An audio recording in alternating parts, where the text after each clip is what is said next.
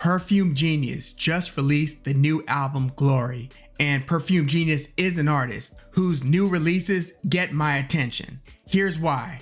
At a time when a lot of pop music is pretty homogenized, I've always seen Perfume Genius as being outside of the norm, not only sonically, but also in his content. He is a queer artist, and as early as 2010, 2012, he was singing about queer themes. Well, universal themes, but from a queer lens, I'll put it like that. Whereas since then, a lot more artists have embraced those themes over time to where it's no longer daring necessarily to go there. But that's not what caught my attention when it came to Perfume Genius as an artist. That just happened to be something that was kind of auxiliary that I was made privy to through paying attention to his lyrics. But musically, Perfume Genius first caught my attention with his 2014 album, Too Bright. For me, it was evident even then that he was an emerging, I would say, Baroque pop, chamber pop,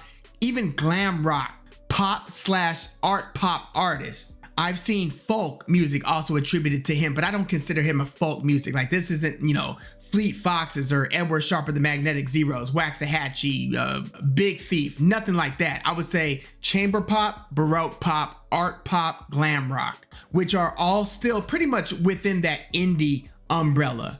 But his alternative pop style of songwriting plus the production, it really did capture my attention. Now, there were a lot of artists that I was into around 2014, a lot more than I was into Perfume Genius. But with that Too Bright album, I was pretty much, on notice. Like, okay, this is an artist that I want to pay attention to going forward. But it was his next album, No Shape, that pretty much fully won me over. That was his major breakthrough. I would say that No Shape is probably either his best or second best album. By that time, he's being produced by Blake Mills, one of the heavy hitters production wise. And if you give that album a listen, it doesn't take any more than the first 3 songs on that album to really get an indication of why Perfume Genius is such a well-respected artist. I'm talking about the tracks Other Side, the intro, Slip Away, which is the biggest single on the album, and really one of Perfume Genius's best songs altogether, Slip Away. Give that a listen. It's track 2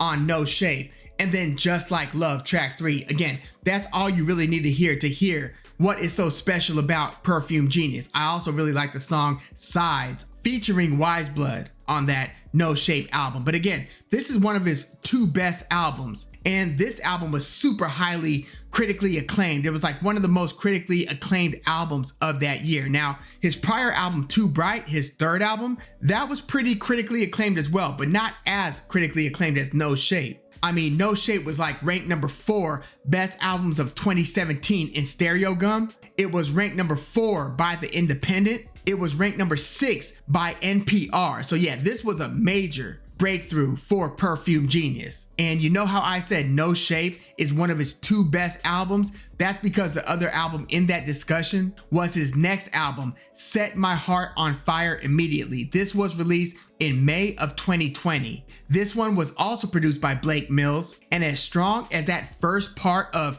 No Shape was with those first 3 songs, the first 6 songs from this Set My Heart on Fire Immediately album are even better. Whole Life is a fantastic intro. Describe is just a very anthemic, powerful sounding song. Like, we're gonna get to that one a little bit later. Without You, another really good song. Like, it's single worthy. And then Jason might be the best song on that album. It's a very tender, romantic, kind of intimate, revealing storytelling type of song, Jason. And the instrumentation, just with those bells in the background, just a beautiful song. Jason, track 4, again, one of my favorite Perfume Genius songs in his entire catalog. Although it's 2 tracks later where you run into probably his most commercially successful, his most pop friendly, just his most danceable song, On the Floor. That one just sounds like a banger. That one's got such a cool rhythm to it. It's got a great chorus to it. Just the whole pacing of the song. This is the only Perfume Genius song that's actually charted in the US AAA charts. That's the Billboard Adult Alternative Airplay charts. One of those kind of more indie style charts. On the Floor was number 32. None of the other songs or singles that he had placed on that chart. But all in all, I thought that that album was fantastic. So by this point, Perfume Genius is like way up on my list in terms of artists that I'm really into. That's why it was so confusing when his next album, Ugly Season, dropped 2022. This was much more ambient and less song by song based than his previous albums. Like I thought that he was going to pick up with the momentum that his last couple of albums gave him, and I thought he might even kick that into a higher gear. But no, Ugly Season wasn't any of that at all. Not that it was a bad album. Like in a vacuum, it's pretty good. You just have to adjust your expectations and don't look for just sweet pop songs. This wasn't that, even though there is a song on the album that's literally called Pop Song, although it sounds nothing like a pop song. So yeah, Ugly Season, I gave it a few listens and I'm like, okay, I mean, this sounds good. Like the song Teeth, it sounds good. Just texturally, like the words aren't what's gonna jump out at you. The choruses, the verses, it's even kind of hard to parse what's a chorus, what's a verse. Again, song structure wise, this album isn't that. Whether you're talking about that song Teeth or Harem, Pop Song, they all sound good. And again, texturally, they're fine. They're just nothing like what we had gotten from him in the past. And so I was a little confused by this album, Ugly Season. That was until I read that it was originally composed to serve as like a musical accompaniment for a choreographer's contemporary dance piece. Under that context, that album, Ugly Season, makes a lot more sense.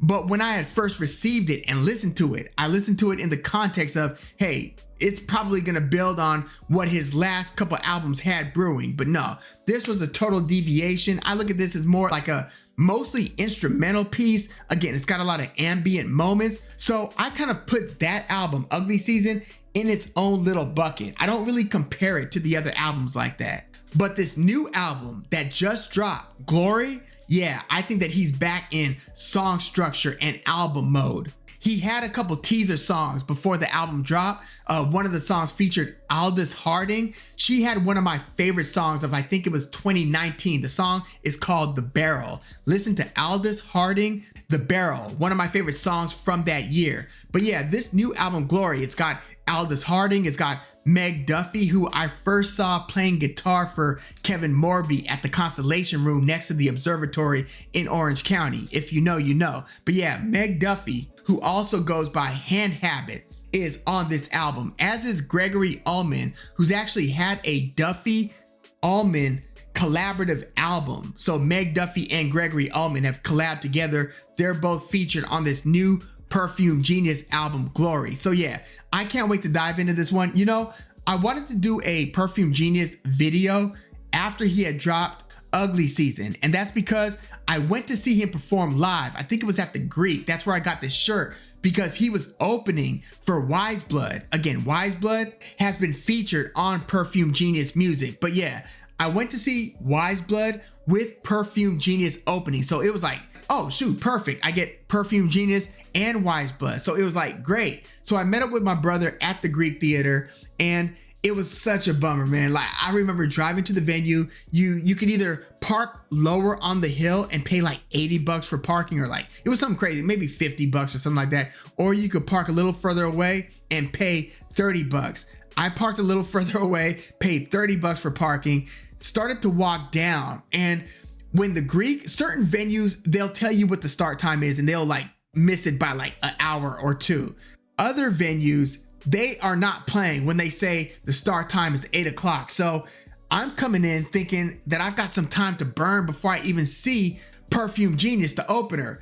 But as I'm parking, I'm walking down to, get to the venue. I'm walking down this, this hill, passing the other parking lot, and I hear the song Describe, which again is track 2 from Set My Heart on Fire Immediately. I'm like, oh no. So I'm walking down the hill, I get in line. It's kind of a long line, like not super long, but long enough where it's gonna take a few minutes, like maybe 10 minutes, 12 minutes to get in there. So I'm hearing Describe, I'm thinking, damn, how far into the set is he? I remember feeling the same thing when I was going to see Fleet Foxes and Beach House was opening, and I'm like looking for parking around the venue and I'm hearing Beach House songs being played. It's like, oh no. So yeah, I hear Describe, I hear Jason, I hear On the Floor. I'm like, oh God. So yeah, I pretty much missed all but maybe the last 2 songs of Perfume Genius's performance. I saw the whole Wise Blood thing, but yeah,